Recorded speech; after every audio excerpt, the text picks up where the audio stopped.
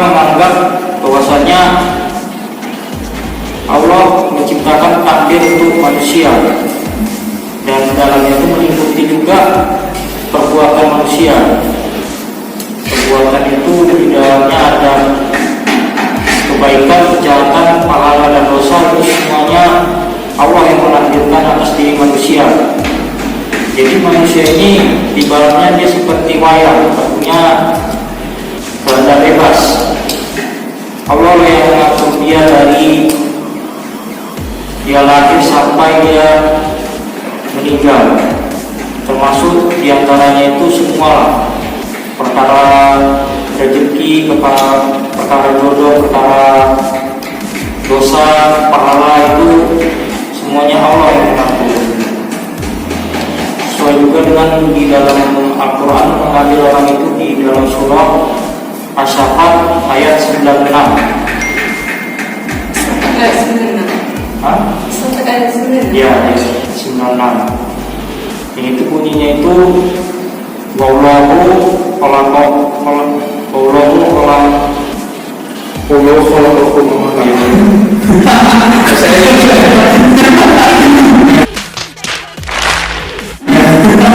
dan kami menjadikan kamu dan apa yang berbuat. ya, padahal Allah yang membuat menciptakan kamu dengan apa yang kamu perbuat gitu. Jadi itulah di dalam ayat Quran itu banyak lagi sebenarnya. Jadi orang itu mengatakan bahwasanya Allah yang menciptakan mereka dengan apa yang mereka perbuat gitu. Oke, sekarang saya beri pada Bang Jani lagi. Jadi setelah ini ada banyak lagi kan? Yang lucu atau setelah ini sudah selesai? Setelah ini ya di bagian untuk respon dari Erwin tadi dia berikan ke kode yang artinya gitu ya, moderatornya. Ya kalau lama dari zaman dia itu doktrinnya itu ya namanya kodoria gitu ya. Kodoria itu berasal dari kata kodora, artinya kemampuan atau kekuasaan manusia atas kudrahnya.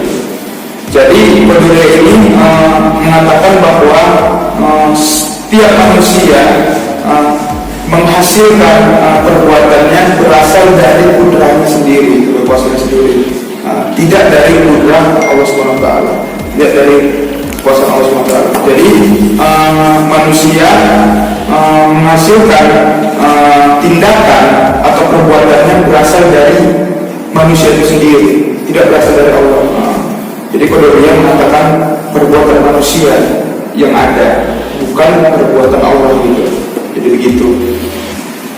Jadi Qadariyah ini mirip-mirip juga sebenarnya dengan Mu'tazilah gitu, karena mereka yang ya dibilang kalau dalam bertindak itu logik itu kan, yang setiap perbuatan manusia itu kan kalau kita berpikir secara logika terus itu berasal dari kita, nggak mungkin berasal dari Tuhan gitu.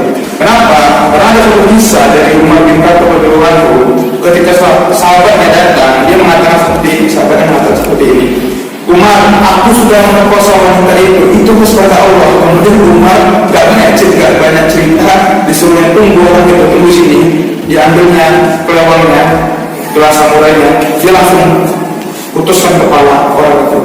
Karena dia mengatakan dia berzina berdasarkan karena Allah. Jadi di situ fatalnya di situ. Kalau kita perbuatan kita ini mengatakan kita ini berasal dari Allah perbuatannya. Karena kan Allah SWT memberikan kita kudra itu, kudra hadithiyah dan kudra hakikiyah. Kudra hadithiyah itu kuasa bahaya untuk manusia. Kudra hakikiyah itu untuk Allah. Ada 5 yang absolut untuk Tuhannya, perbuatan Allah. Itu dalam surah 31 ayat 34, yakni sesungguhnya hanya pada sisi Allah saja yang mengetahui tentang hari kiamat. Kemudian dia menurunkan hujan, dia mengetahui apa yang ada dalam rahim wanita, dia yang mengetahui di mana orang akan mati, dan tidak ada seorang pun mengetahui yang pasti apa yang akan berusaha esok hari. Jadi ada 5 hal yang mintakan Allah SWT yang absolut. Jadi perihal jodoh atau poligami nggak ada di tangan Allah. Jadi itu. Jadi maksudnya jodoh ini dia lebih mengarah kepada kekuasaan manusia. Jadi lebih kita sucikan Tuhan. Dalam arti Allah, takutnya ada perbuatan-perbuatan kita yang mengarahkan ke arah yang buruk. Jadi kita langsung mengatakan kita sadar Allah, di situ kita berbahaya kalau ada Jabariyah gitu ya. Jadi saya protes itu. Jadi ada Jabariyah memprotes itu. Termasuk saya lebih percaya kepada manusia katanya. Gitu. Oke, bagaimana Anda merespon tentang aliran Qadariyah itu?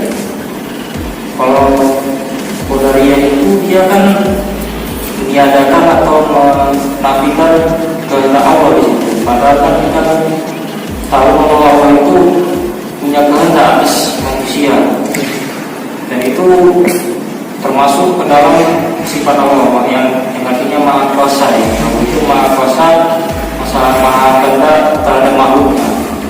Jadi di dalam Qadariyah ini dia menafikan itu, dia menafikan kemahakuasaan Allah. Oke, jadi dari semua aliran ini yang nampaknya memiliki dalil masing-masing. Jadi apakah umat Islam itu sekarang dari banyaknya perpecahan itu apakah harus memiliki parameter untuk menilai Islam? Ya pasti itu dengan sendiri. Ya kalau kita nggak bisa, kalau kita benar-benar saya Islam gitu, tapi bentuk corak pemikiran kita, perilaku kita itu pasti ada yang condong ke salah satu kalam, itu pasti dengan sendirinya. Jadi ya kita harus memilih bagaimana yang lebih baik gitu kan. Yang pasti aliran yang sangat ekstrem seperti Khawarij itu tak perlu dilakukan gitu. Karena dia kalau kita berbuat seperti mereka itu nggak sepanjang mereka dibunuh, kafir, itu kan udah tindakan kriminal. Jadi kita bukan hanya disanksi oleh secara doktrin agama sesat gitu, melainkan kita juga dihukum secara negara kan. Jadi berbahaya gitu, lebih bagus yang kayak gitu nggak usah diikutin. Jadi kita lebih kepada doktrin atau dalam yang mengandung kebaikan untuk kita. Dia seperti Qadariyah dan Jabariyah itu kan bagus kan. Kalau sekarang kalau di Indonesia ini apa harus menolak itu, jadi kita ikutin dengan itu.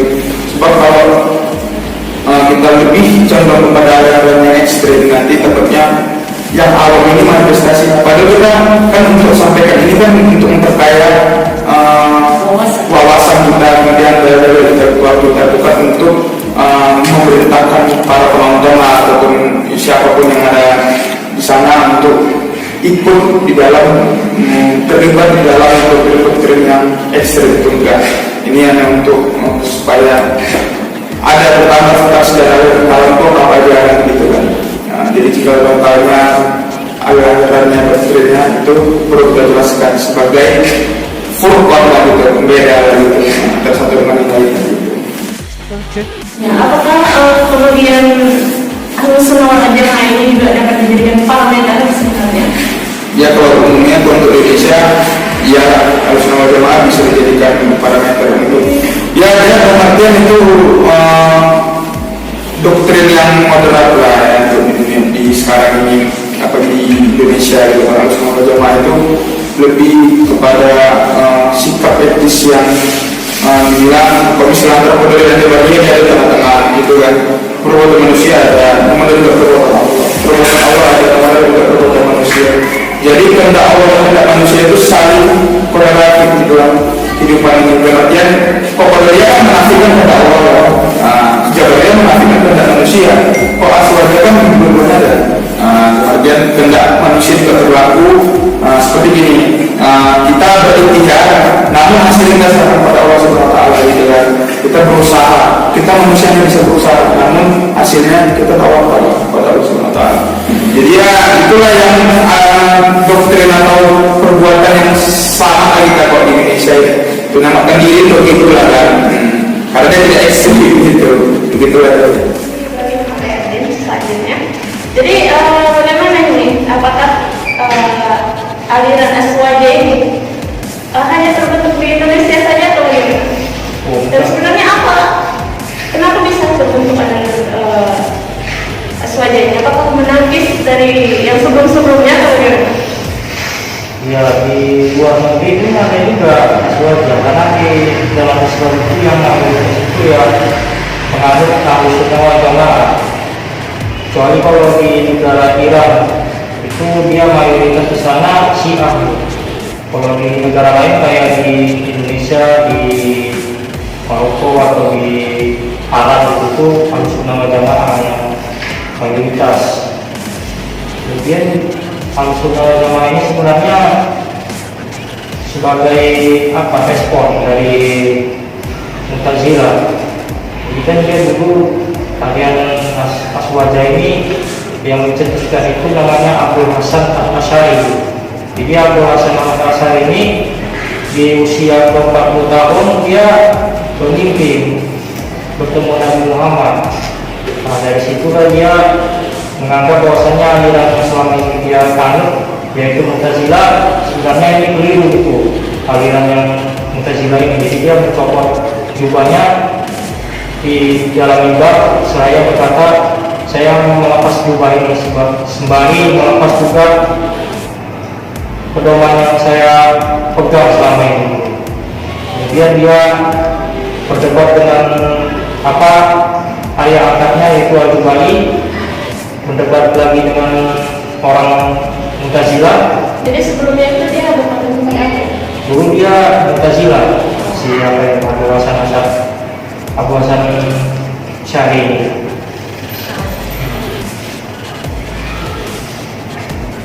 Oke, kemudian ada yang ditambahkan lagi mungkin? Ya, kalau saya mau menambahkan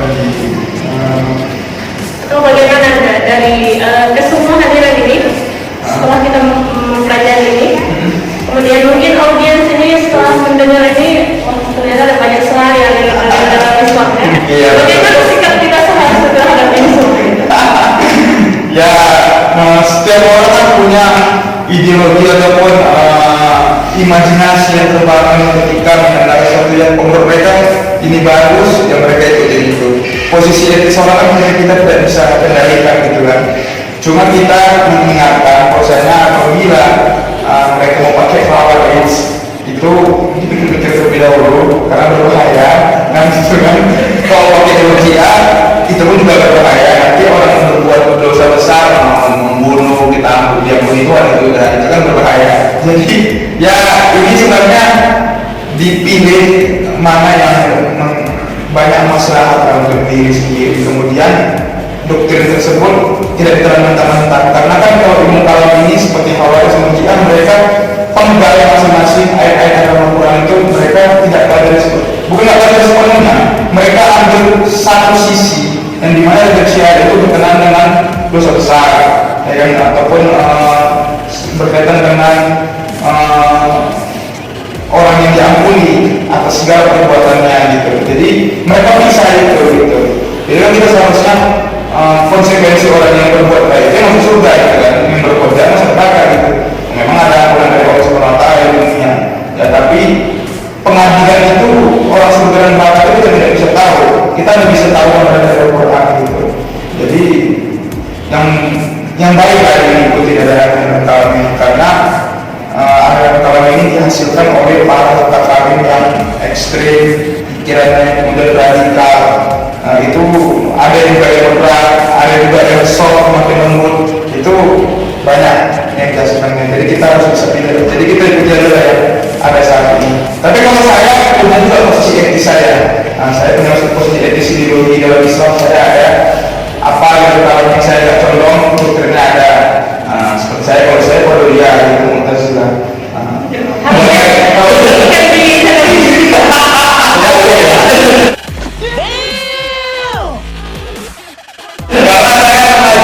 Skripsi saya itu tentang Islam rasional gitu, jadi saya nggak mungkin mengkhianati skripsi saya.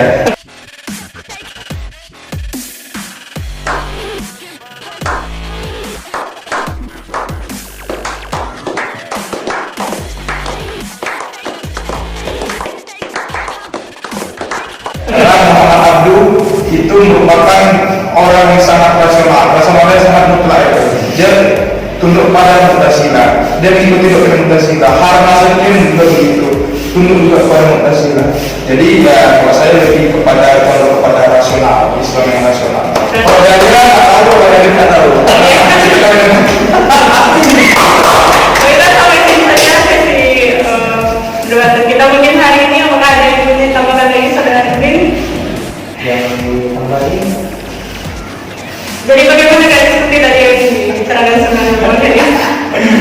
ya kalau menurut saya sih sah-sah saja sih, mau apakah mau dia Mu'tazilah, mau dia apa Syiah itu, yang penting kan jangan sampai musyrik. Karena kan di dalam Islam itu dosa yang tidak diampuni itu ya musyrik. Iya betul. Kalau dia mau apa, dia Mu'tazilah atau dia mau liberal ya bebas saja gitu. Cuman kalau bisa ya Konsekuensi ya. harus inilah, maksudnya harus punya pedoman gitu. Maksudnya dia bisa bertanggungjawabkan dengan apa yang dia percayai gitu. Kalau di dalam Al-Sunnah ini kan dia kalau ada hadisnya itu kan ada 73 golongan dalam Islam.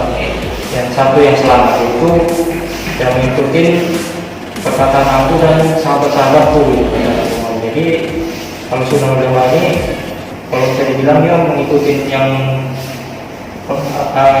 Rasul bilang dalam hadis tadi. Baru saya nggak respon dari ucapan dia. Profesor Dr. Faisal Ananda Al-Faid pernah bilang begini sama saya. Semakin dalam kalau mencari tahu kebenaran Islam itu, maka sampai unta masuk ke dalam lubang jarum pun tidak akan dapat ketemu Islam yang paling benar. Itu dibilang dia ya. Dari 70 Dari 70 ya. Jadi semakin dalam kalau mencari tahu Islam yang paling benar, unta masuk dalam lubang jarum pun Anda tidak akan temukan itu, dibilang Pak Faisal. Melainkan Islam merupakan kebenaran itu sendiri, karena dia bilang itu. Nah, jadi al-haqqu min rabbik fala takunanna minal mumtarin. Kebenaran itu dari Tuhanmu, jangan kamu sekali termasuk orang yang ragu. Surah Al-Baqarah ayat 147. Gitu. Oke, berarti lebih kepada akidah mungkin ya Mas Syarif, tapi ideologi mungkin bisa berbeda. Iya. Sampai sini saja sesi kita. Assalamualaikum warahmatullahi wabarakatuh. Wah.